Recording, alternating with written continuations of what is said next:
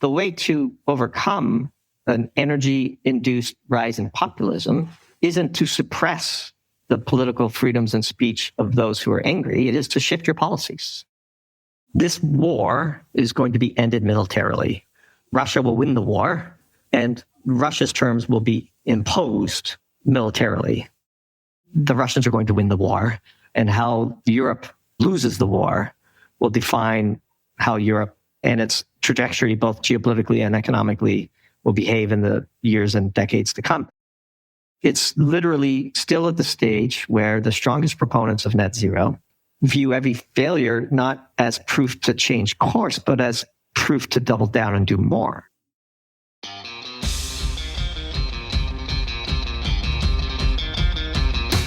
I recently had another chance to talk to Substack's #1 financial commentator, Doomberg, as he dialed in from his chicken coop in flyover country. It's some 15 months since we last spoke, a time when Rishi Sunak was Prime Minister and Joe Biden was President.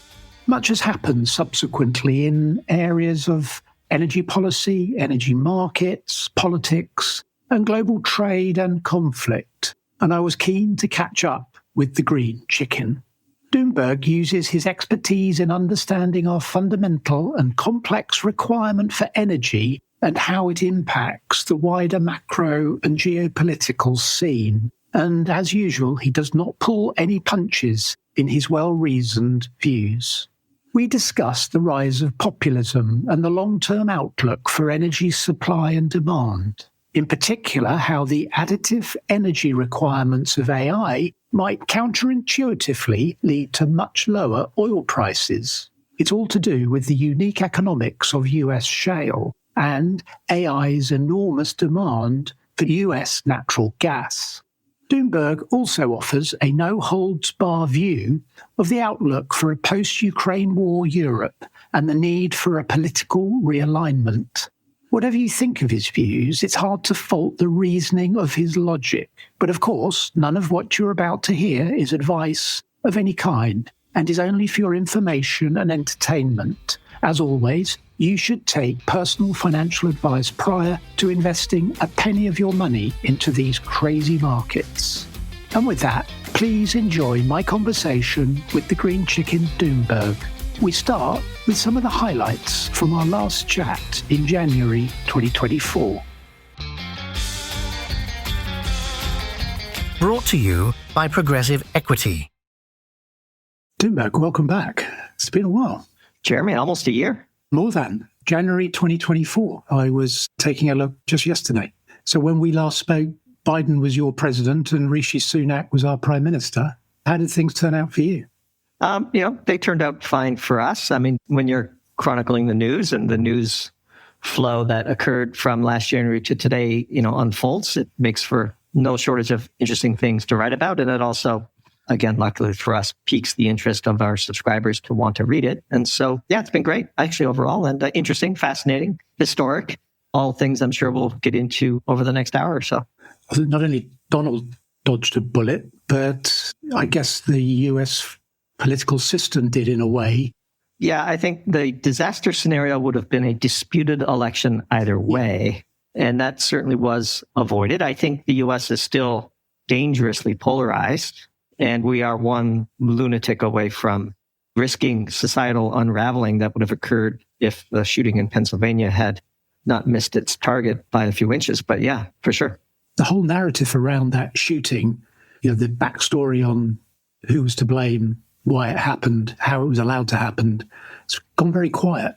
As we say around here, it's been flushed down the memory hole. Lots of mysterious things about it. One of the mysterious things about it is Donald Trump himself's seeming lack of interest in understanding what transpired and publicizing it. And one of your predictions was that we'd reached peak ESG. Now, for the life of me, I can't remember what ESG is. Can you? Seriously. Yeah, we made that call in late 2023 in the aftermath of COP28, which we do think was sort of a historic blow-off top. If you look at the chart of attendees at these COP meetings, I think the 28th version of the meeting will be the historic high, never to be reached again. And I think the election of the aforementioned Mr. Trump has certainly taken the air completely out of that balloon. The sea change on ESG and DEI and other issues has been really amazing to watch. When we made that call, we just assumed it would be so because the green energy phenomenon had run its course and physics was beginning to reassert itself around the world. But never could we have imagined the speed with which that prediction would prove to be prescient. You spoke of the outlook for increased political conflict in Europe, or political uncertainty with its catastrophic energy policy.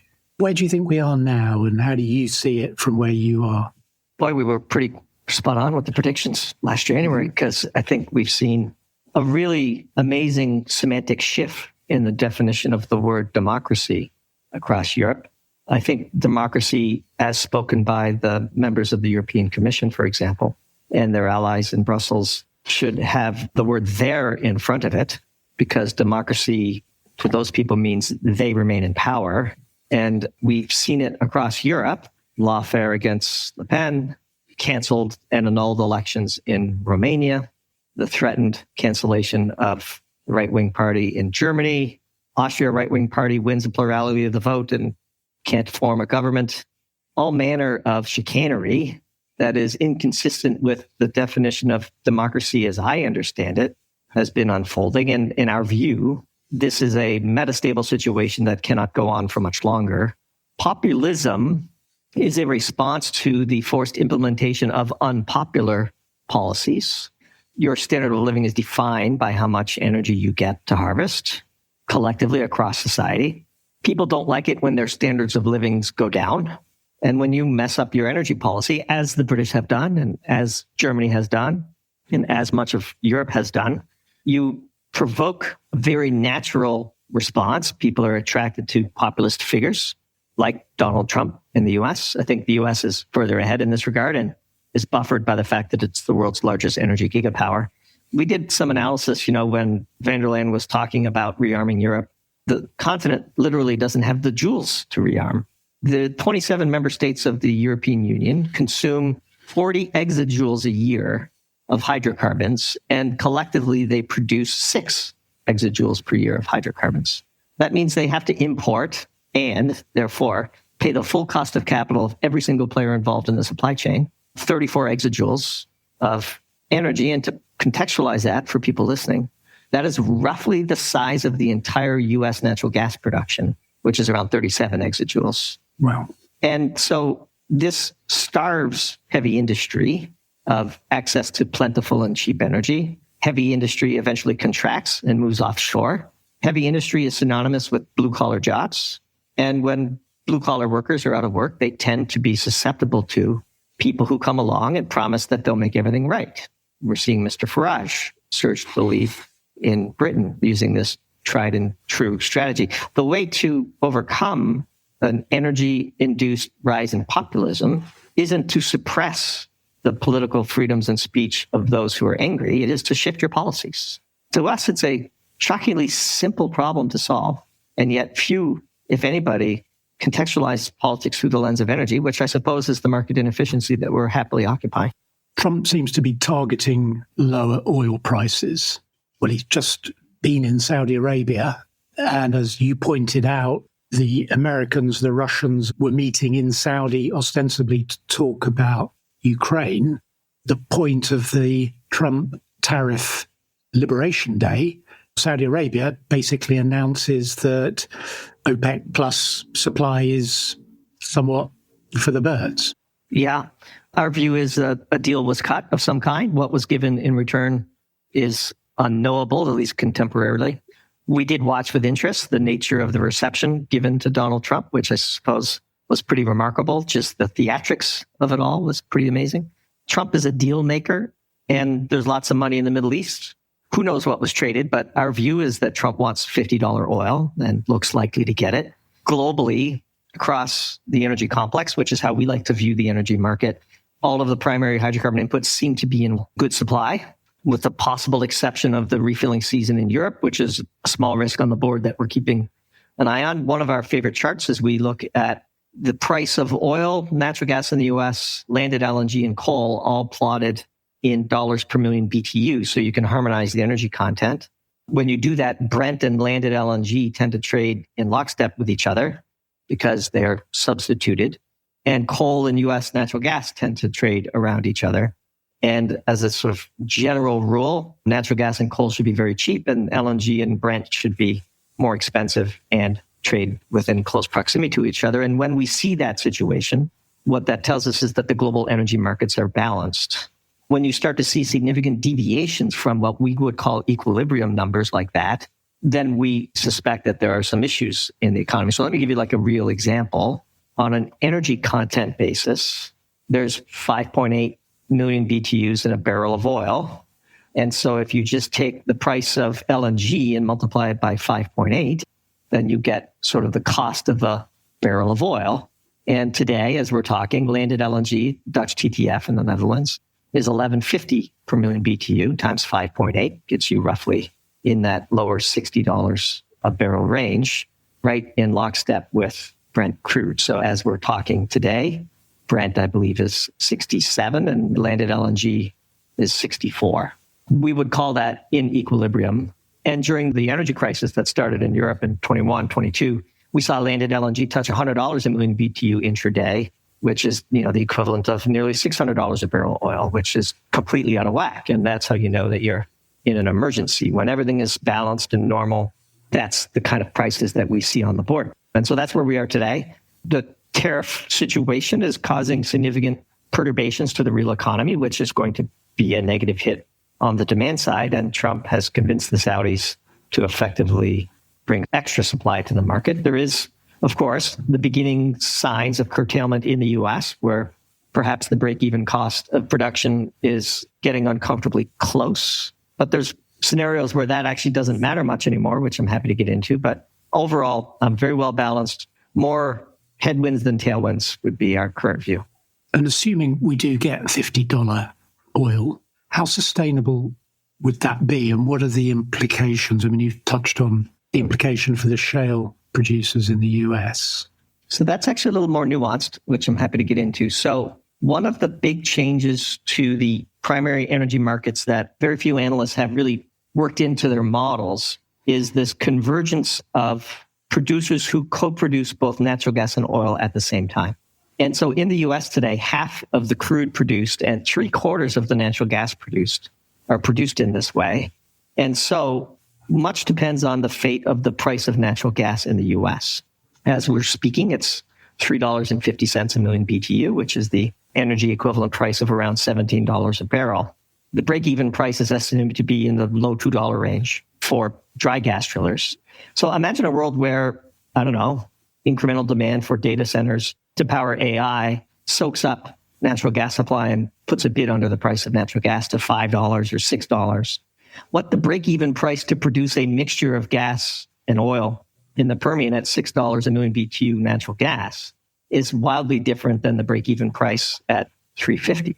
And so you could see a world where instead of natural gas being the nuisance product that people are giving away at any price in the Permian, oil could suddenly play that role, where the light crude and NGLs coming out of the Permian are given away in order to meet the demand for natural gas in the U.S. So the price war against the shale drillers of 2014 and the reemergence of a mini one now are really the catalyst for the long-term collapse of OPEC, because this convergence of co-production is fundamentally altering the market for crude oil, which is just one subset of oil. And so if you're analyzing crude oil and all you're looking at are crack spreads and gasoline and diesel inventories, and you're ignoring what's going on in the LNG market, for example, where diesel trucks are being replaced with LNG power trucks in China and cargo ships are being replaced with LNG, ironically driven by pollution controls and so on. And so what you're seeing is the fungibility of the primary hydrocarbons is beginning to blur, and second and third order impacts become dominant in your model. And so in a world where natural gas goes to $10 a million BTU, I think we could see $15 crude. Having participated somewhat in the private markets for AI startups over the past year, our view is that AI is profound and real and more important than the advent of the internet itself, and will reshape humanity in massive ways. There's tons of frauds and hype and so on, just like we saw in the dot-com era. But on the back end of this, we're going to be burning an awful lot of natural gas in our view. I mean, AI is a derivative of energy. We've further made a speculation that someday natural gas might trade for a premium relative to oil. Because in a way, it's far more valuable once you have the infrastructure. It's so clean to burn. It's very efficient at converting the heat generated from the burn to electricity. The only real pollution issue, if you want to call it that, is carbon dioxide. And even there, technologies exist to generate electricity from natural gas, where you get a very clean stream of CO2 suitable for carbon capture and sequestration. And you can imagine a scenario where you distribute data centers where natural gas goes in one end of the building and data comes out the other. It's not even connected to the grid. And that's what we think the future will be. And in that scenario, you put your data centers in the Permian and you put your data centers in British Columbia where it's cold, and that helps because half of the energy assumed at a data center is in cooling. And so, when you look at trapped gas in Alberta, British Columbia, or you look at trapped gas in the Permian, natural gas in British Columbia is like $1.50 or $2 a million BTU still, which is $12 a barrel oil. Where are you going to get a better deal than that? And how's it going to play out in that scenario between nuclear and natural gas? We wrote a piece called Bridge Burning, where we think the future is still probably nuclear, but the speed with which nuclear can be spooled up has always been its Achilles heel. Sure. And when you compare that to the speed with which natural gas can be spooled up now, of course, this has triggered a shortage in turbines and so on, but the market will work itself out. You don't need nearly as much approval, regulatory red tape to cut through when you're spooling up a gas turbine. The heck, Elon Musk has been doing it illegally in Nashville for more than a year. Just did it, right? And he gets to fly around with the president. So we like to characterize that Elon in that situation as the exception that proves the rule. You must use AI in your daily workflow. Absolutely, yeah. At the highest level, AI makes experts better. AI is going to drive the wealth gap further. It should best be viewed, at least now, the sort of LLM generation should be viewed as excellent lead generators as opposed to fact generators. The issue of hallucination. But comparing a search performed with Perplexity, which is a wonderful app, to a search performed on Heritage Google, I saw an amazing stat somewhere, may have been Matt Stoller's blog, where for the first time, traffic on Google shrank last month.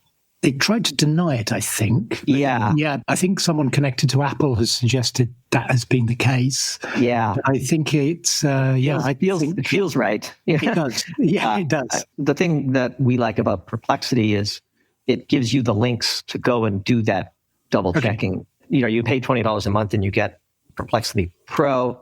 We use it for, a bit of proofing here and there, but mostly for research purposes and also just for curiosity, like for testing the limits of the technology and seeing what's possible.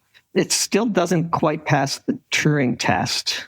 Like if you got it to write something, say, write it in Doomberg style, doesn't pass the Turing test, at least not to us, not to our ear as you read it aloud.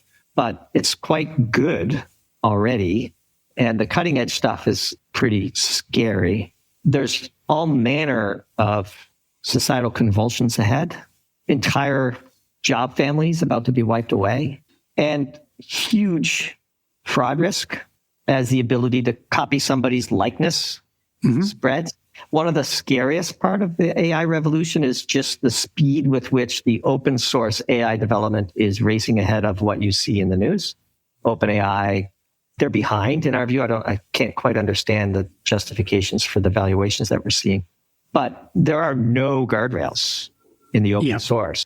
And there's no chance that the regulatory regime has any hope of catching up to what's going on in the wild, wild west that is the open source AI. Regulators are only starting to get their heads around Web 2.0, and they're probably going to be a decade late. We are truly reaching that Kurzweilian singularity moment where the vast majority of softwares, if it isn't already, is going to be written by AI. It'll have a human overseer, which is what we mean by it'll make experts better. But I wouldn't go to college to study programming. No, I think that's probably, good advice. So on the flip side, there's also opportunity, and this is something we've toyed about, haven't quite written about, but in a world dominated by AI, AI doesn't buy things. Humans still buy things. And we believe that the value of things that are uniquely human is set to skyrocket. Humans will be the buyers of it. And the analogy that I would give you is the world of chess.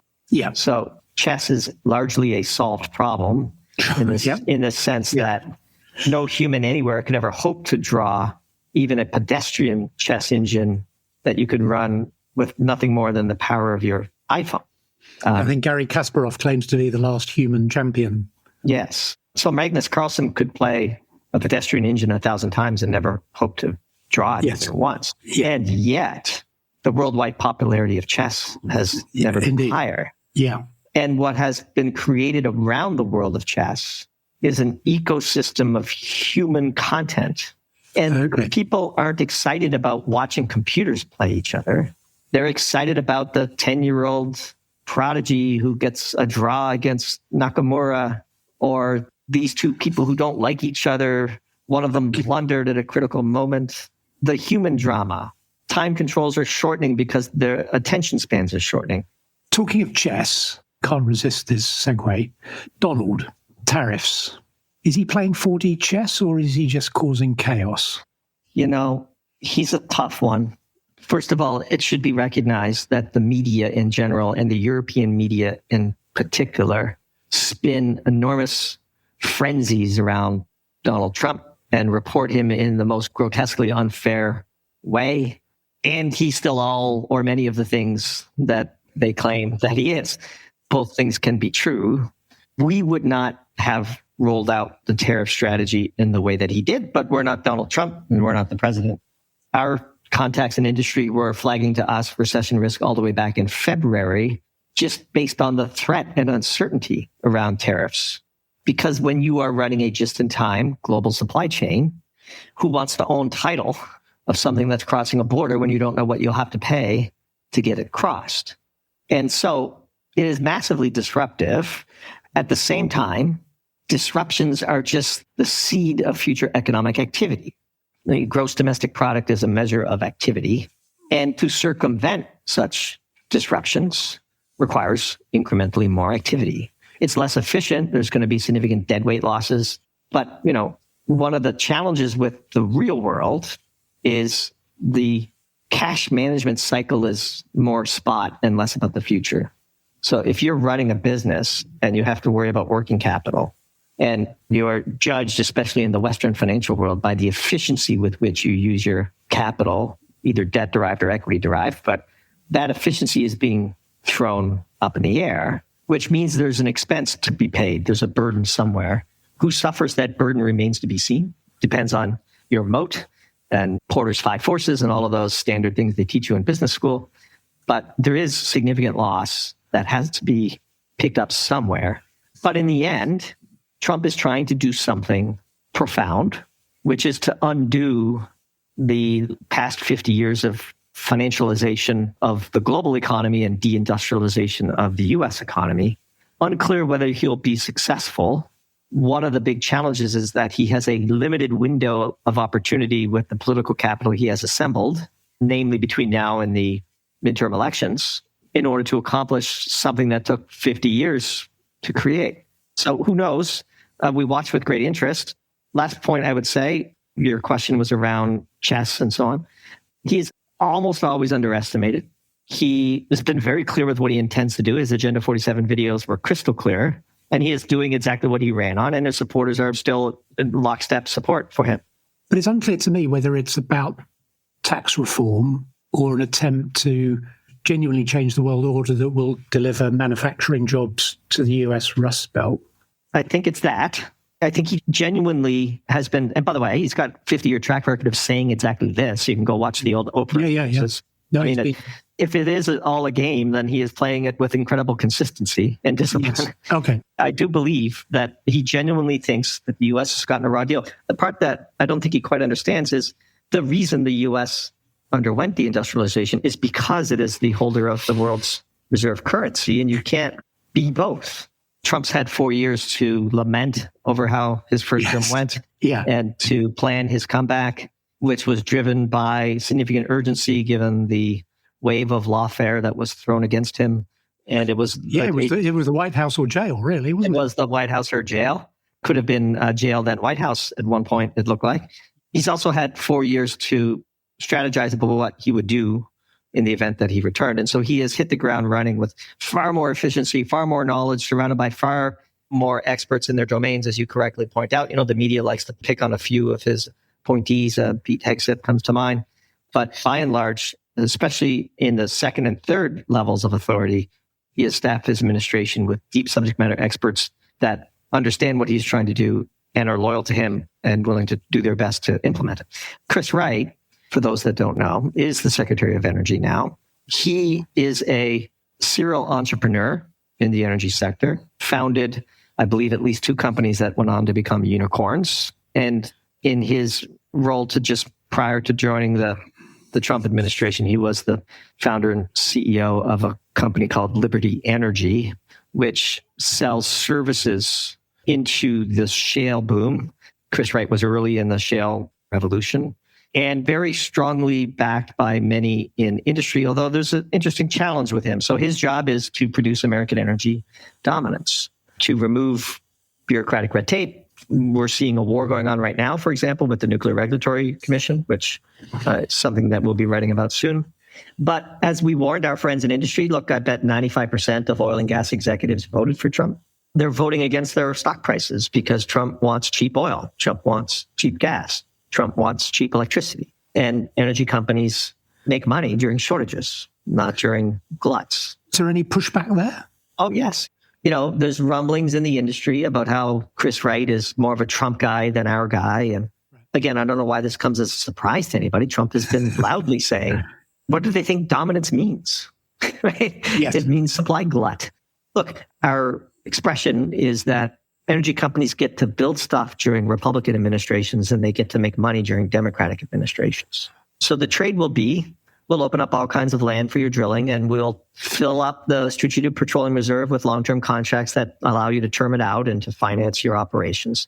In return, you're going to enjoy $55 a barrel oil and not complain too much. So to that point, have they started restocking the Strategic Petroleum Reserve? Yeah, there's steps that are being made, yeah, for sure. Okay. And Trump says he wants to fill it right to the top. And Chris Wright understands the security blanket that reserve represents, and also, frankly, a demand outlet to keep those in industry in good standing with the Trump administration. $50 oil, that's good news for China and bad news for Russia, isn't it? Yes, but less bad news for Russia than it used to be. The war in Ukraine has caused Russia to undergo an urgent inward-looking rebalancing of its economy, with self-sufficiency being the key driver. For all the talk about natural gas sales and so on, Russia is now consuming, I think, the vast majority of the natural gas it produces domestically. And so low energy prices is going to be a mixed bag for Russia in the same way that it's going to be a mixed bag for the United States. People radically underestimate the Russian economy for reasons that I can't understand. Well, in the same way that we overestimate, or the media overestimates, or commentators overestimate the ability for the West to sanction sanctions are the parts of the world that we care to try and punish for some reason. As we've published in our last 2 pieces, I mean, sanctions are just, well, they're dumb. I don't know how else to say it. They are an ineffective weapon that only ever hurts the country doing the sanction in the long run. China is far further along in its chip development journey than it would be if we had just left well enough alone, been happy with our lead, and focused our time and energy and money on extending it. And by our, I mean the West's lead, Europe and predominantly America's lead in that regard. Instead, sanctions, which are basically an act of war, put the sanctioned country on a war footing. And Xi Jinping has announced and implemented unheard of support for the semiconductor industry. Scores of billions of direct subsidies. Every top talent scientist in the country is being encouraged to go work at Huawei and, SMIC, and pick your favorite national champions, BYD, in the electric vehicle space. There are many things about the way in which Chinese companies do business that we find objectionable, illegal, but that doesn't mean that you should underestimate them. They will surpass Taiwan and the U.S. in the semiconductor domain sometime this year, maybe next year, but soon. And so China has a comprehensive energy strategy the polar opposite of, say, how Europe has done it. And so they have blunted their dependency on oil. They have 18% share in global refining capacity. If sanctions were to work miraculously and every tanker of oil headed to China was stopped in a naval blockade, the rest of the world would suffer at least as much, if not more, than China, because the price of gasoline in Europe would skyrocket. The price of gasoline in the U.S. would skyrocket, and the U.S. would very quickly exercise export controls over refined products, and it's largely self-sufficient, so it would be fine. But the rest of the world's economies would collapse within weeks. And so sanctions just don't work. China burned half of all the coal that was burned in the world last year.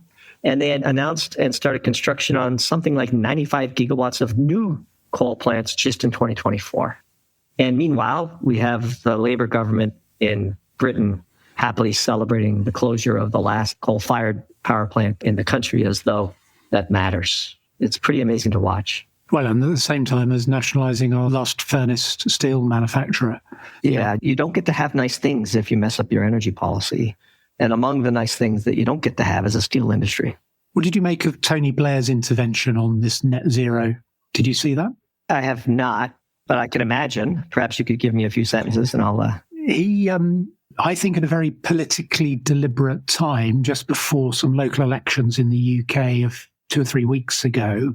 But a few days before this vote, Tony Blair, via the Tony Blair Institute, released a paper pointing out the dangers of a net zero at all costs policy. So this makes sense and is part of a broader peak ESG observation that we discussed earlier. An acid test for this will be how Mark Carney handles what we think is largely a fake separatist movement that is growing in Alberta. Our view, of course, we've made several good calls on the Canadian political side. Our view is that Carney, who is the globalist delight, if there ever was one, we believe that the reason why he was installed as prime minister is because it is only somebody with his background of strong support for net zero that can actually make the compromises necessary to move beyond it. We think that the fix is in. Alberta and Quebec will sort of finalize their place in the Canadian Constitution, and infrastructure impediments will be lifted and talk of net zero will begin to fade away because we think the sort of broader globalist movers and shakers have understood that it's a losing hand. And Tony Blair is nothing if not a globalist and a political survivor. And so it's not perhaps surprising to hear you characterize his paper, although I will have to go and look it up once we get off and give it a read myself. Carney's emergence as the prime minister is nothing short of a miracle. What was your take on his meeting with Trump? I thought it was great for Carney. Yeah. So just some background. We wrote a piece in December called Alberta Clipper, where before Carney was even a contract that you could bet on Polymarket, we predicted that not only would he replace Trudeau, but the Conservatives, who were somewhere around 92, 93% odds on favorite to win, would find Carney a far more formidable candidate, especially given the notoriously pliant Canadian media blowing as much wind into his sails as possible. And then we also had a hunch that this all had to do with, unsticking Alberta's energy. And Trump put his thumb on the scale for Carney as well, quite strongly. We wouldn't call it a miracle because it felt very much like there was human intervention. The human intervention required would nullify characterizing it as a miracle. Although I guess since Trump is angling to become a pope, maybe he can pick off one more miracle and then become at least a saint. So keeping it in the Americas, going south, what are your thoughts on Argentina as a scale supplier of energy longer term? And I guess while we're at it, the sort of broader South American setup with Venezuela seems to have gone quite quiet, and Guyana is there starting to pump out some proper oil and gas. The Western Hemisphere is an enormous energy player already. The Western Hemisphere combined outproduces the entire Middle East in crude and natural gas by a wide margin. And this is with a hand and a half tied behind their backs. So if we start in Argentina, the shale resource you're referring to is Vaca Muerta, which means dead cow. That resource is incredible. What does it take to put a resource into reserve status and then into production? Well, it takes investment to convert a resource into a reserve. And then it takes a critical mass of engineering and services firms to assemble in an area and for the requisite infrastructure to get built to lift that energy and get it to the global markets. We're starting to see that in Argentina. In an unconstrained world, like if that resource were in Texas, it could, I think, easily handle 5 million barrels a day of oil production. The resource could handle it. Wow. It is a huge resource. But the time scale is... Well, this whole peak oil nonsense. Well, no, in a world where we needed to, I mean, the majors would be there in a heartbeat. So why are we bullish of production in Guyana? It's because the cavalry has arrived. Yes. And so this is why, if you look at Venezuela, we wrote a piece on Maduro called Misreading the Room. When you have Exxon and all the big majors right next door in Guyana, generally speaking, dictators who stand in the way of energy production don't have a glorious track record. I would suggest that perhaps he resists the temptation to fly private anytime soon. Venezuela used to produce 4 million barrels a day. It's basically Canada from a resource base. It's right there next to the U.S. Gulf Coast. It produces heavy oil, which is suitable for refining along the U.S. Gulf Coast. It might produce 1 million barrels today. The production has fallen in Venezuela for all manner of reasons, but geology is not one of them. It's political, it's economic, it's outside intervention. Trump's regime, and this is probably more of a special project for Marco Rubio, wants regime change in Venezuela. So just between Venezuela, Guyana, and Argentina, in an unconstrained world, again, unconstrained world is an axiom of the analysis. Yeah. You could easily see 10 million barrels a day more oil than is currently being produced at this moment. 10 million barrels a day is roughly what Saudi Arabia produces. And you could do more. Venezuela could easily be Canada. Canada's, 5 million barrels a day now and just a tsunami of natural gas. Shale resources aren't limited to the U.S. The critical mass of technology is a moat that the U.S. currently enjoys, but technology spreads. And so, as a good friend of ours who's pretty high up at a major oil company that you would know says to us often, Doomy, when we need it, we know where to go find it. There's plenty of it, which is one of the reasons why there's so much interest in Greenland. Trump is reverting to spheres of influence and Monroe Doctrine, Western Hemisphere, which is why he wants to extract himself and the U.S. from Ukraine and why he wants to cut a deal with Iran and let China police the Middle East. Focus inward. And if you draw a big enough circle around what Trump would think is inward, you end up with the Western Hemisphere. Talking of Ukraine, what do you think the prospects for Europe are post the Ukraine war? I guess the question is, from an energy perspective, whether Europe can reconnect to Russian gas. Not with the current slate of political leaders in Europe. No. And again, what I'm about to say might come as a surprise to some of your listeners. One of the things we're fascinated with is how people handle being bathed in propaganda. And one of the things that we actively try to do as analysts seeking truth is to read the propaganda of all sides, especially around the same important events. And you get a really amazing window into how popular opinion is shaped in various parts of the world. One of the things that Western propaganda outlets fail to do is they never actually look at what Putin and the Russian government are saying. They assume they can just negotiate with each other and then present a fait accompli to the Russians on the Ukraine issue. We just saw it with the famous train ride to Kiev of Macron and Starmer, Tusk, Merz. This war is going to be ended militarily. Russia will win the war, and Russia's terms will be imposed militarily. How that is handled by Europe, how NATO loses the war, is something we've been flagging for some time, because losing wars is hard. One of the reasons that you should really work hard to avoid getting entangled in them is because you often lose them. And when was the last time the West really won both the war itself and the subsequent peace? It's been a while. To Trump's credit, in his first term, he brags correctly that no new wars were started under his presidency, and I think he genuinely wants peace. I just don't think he knows how to go about it. There is a peace to be had on terms that are wholly unacceptable to what the Europeans have been telling themselves for the better part of 3 years. They're not going to accept that peace. Ukraine is the biggest victim of this entire affair by far, of course, but it too is not ready to accept the terms that are necessary for peace. No matter how valid you think your claims are in the long arc of history, borders are regularly and routinely changed by force. And in the end, might is right, in the sense that if Europe truly finds that Russia needs to evacuate the 4 regions and return to the pre-2014 borders, including Crimea, they don't have the weaponry to enforce that. So they can say it, they could demand it, but literally you and what army? Russia is vastly outproducing the integral of NATO weapons production across all member states. They have unwoken the giant. The full history of how we got here is complex and controversial, but here's where we are.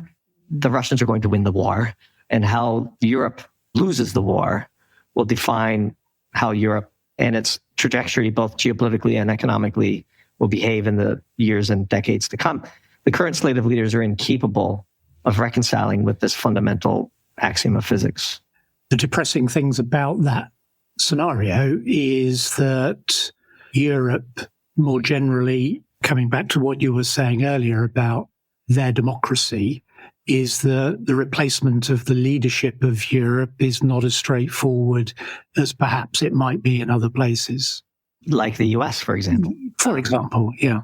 Yes, and so we are watching certain hotspots.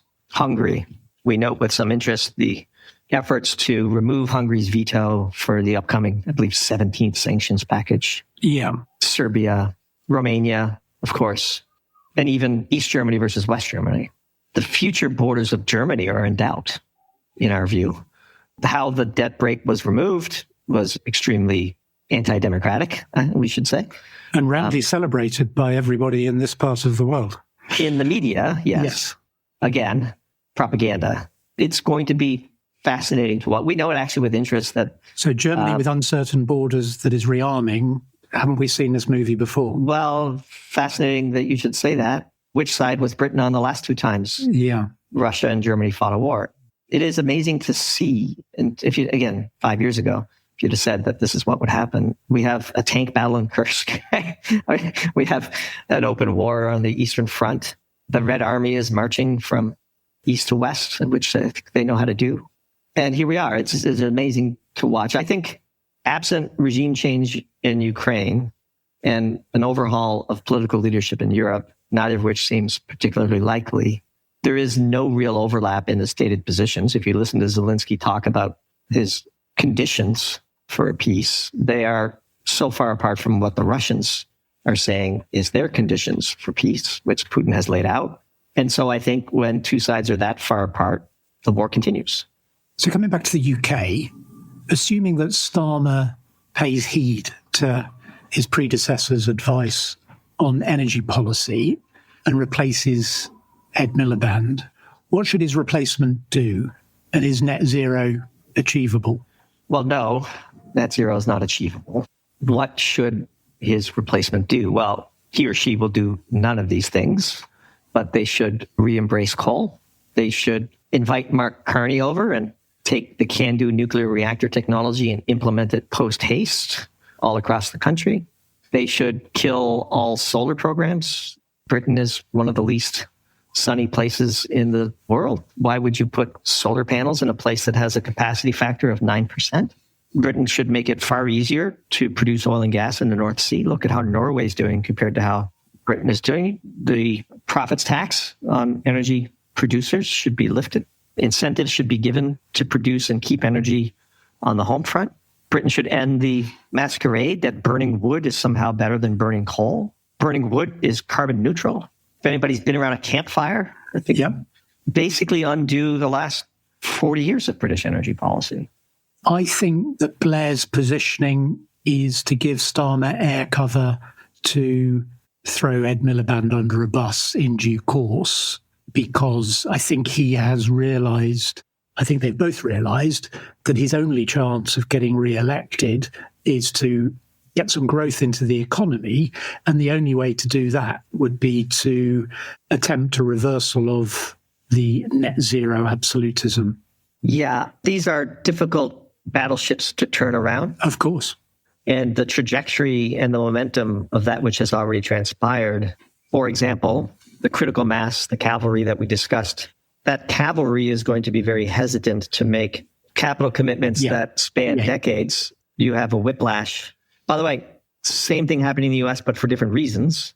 The whiplash of Trump versus Biden is not conducive to capital formation for long-term projects. It is, as much as we're critical of wind, for example, it is wholly unfair what has happened to that industry in the US. I mean, they were given all the green lights and all the money they could need, and they put up their own equity capital. And then with a stroke of a few pens, Trump has zeroed out their equity stack for no reason of their own. It's not of their own making. So whiplash is never good for long-term capital planning. And so it would take an awful lot of convincing for the big players of the world to believe Starmer or whoever replaces him, even Farage, because you're just one election away from another Starmer. And the story of net zero has been told so thoroughly and so often and at such young ages. The Just Stop Oil movement is really a youth movement, that it's far more difficult to turn that around, which is why we think the whole Alberta separatism crisis is sort of manufactured, that gives Carney the air cover to cut that deal. Because, well, measured against the Constitution of Canada, we have to make some, negotiated concessions. There isn't that crisis yet in the UK. It's literally still at the stage where the strongest proponents of net zero view every failure not as proof to change course, but as proof to double down and do more. And Tony Blair, in some circles, is a pretty discredited figure, especially amongst, I would guess, the populist aspects. I would argue Mark Carney is as well. Yeah, but in Britain, far less so in Canada. Remember, there are different media outlets and different propaganda arms. And different times. I mean, different times. And he arrived in the UK as a hero for what he'd achieved for Canada. And left to go. During the GFC. Yeah. But, to the average person in Canada, he's the most qualified to face down Orange Man bad. Yes. And that was just relentlessly replayed over and over and over again in the Canadian media. I was just trying to end the conversation on something a bit more positive than the likelihood of World War III in Europe. That's all. I teed it up for you, and you. Sure, this is Doomberg, Yes. So, 12, 18 months from now, what will we look back on and go, should have seen that one? Well, the hopeful thing that we should have seen, and perhaps this is where we could end on a high note, is that Trump has miraculously ended the war in Ukraine, achieved peace in the Middle East, and reached a détente with China over the Taiwan issue in a grand bargain that allows all of the major superpowers to peel back on their defense spending, and global trade is reordered and everything is booming. That's not the base case, but the odds are higher than perhaps one might feel they are today. And if you don't think 18 months is a long time, just go back and look where we were 18 months ago, which is how we started this conversation. So it is very instructive to have done that, actually. And, is that just 18 months ago? And I suppose from a financial perspective, in that scenario you describe, the kind of Mar-a-Lago Accord, a refixing of the relative currencies, some mutual understanding and agreements on who's going to own whose sovereign debt, the world could be a very different place. And as you say, certainly from a US perspective, a much better place. One would hope. And as unabashed isolationists, that is our preferred outcome, but not necessarily, as we say, the base case. Yeah, Le Shrub talks about it. It's the end of American exceptionalism. Yes. 1985 is not walking through that door. Yes. Yeah. Okay. I've taken up enough of your time, Doomberg. Thank you so much for spending the time with us. Very informative. Any last message or observation or comment or anything else you want to say before we part company? Always enjoy the conversation, Jeremy, and looking forward to coming back. Hopefully it won't be 18 months. Maybe we could do an interval checkup. You can find all of our work at doomberg.com if you want to read more of our writing. And I continue to read your Substack, and I thoroughly recommend anyone else who's interested in what we've talked about today to do the same. And yeah, I think when Ed Miliband is shown the door, I'll be straight on a call with you, Doomberg. Consider it penciled in. Okay. Thank you, sir.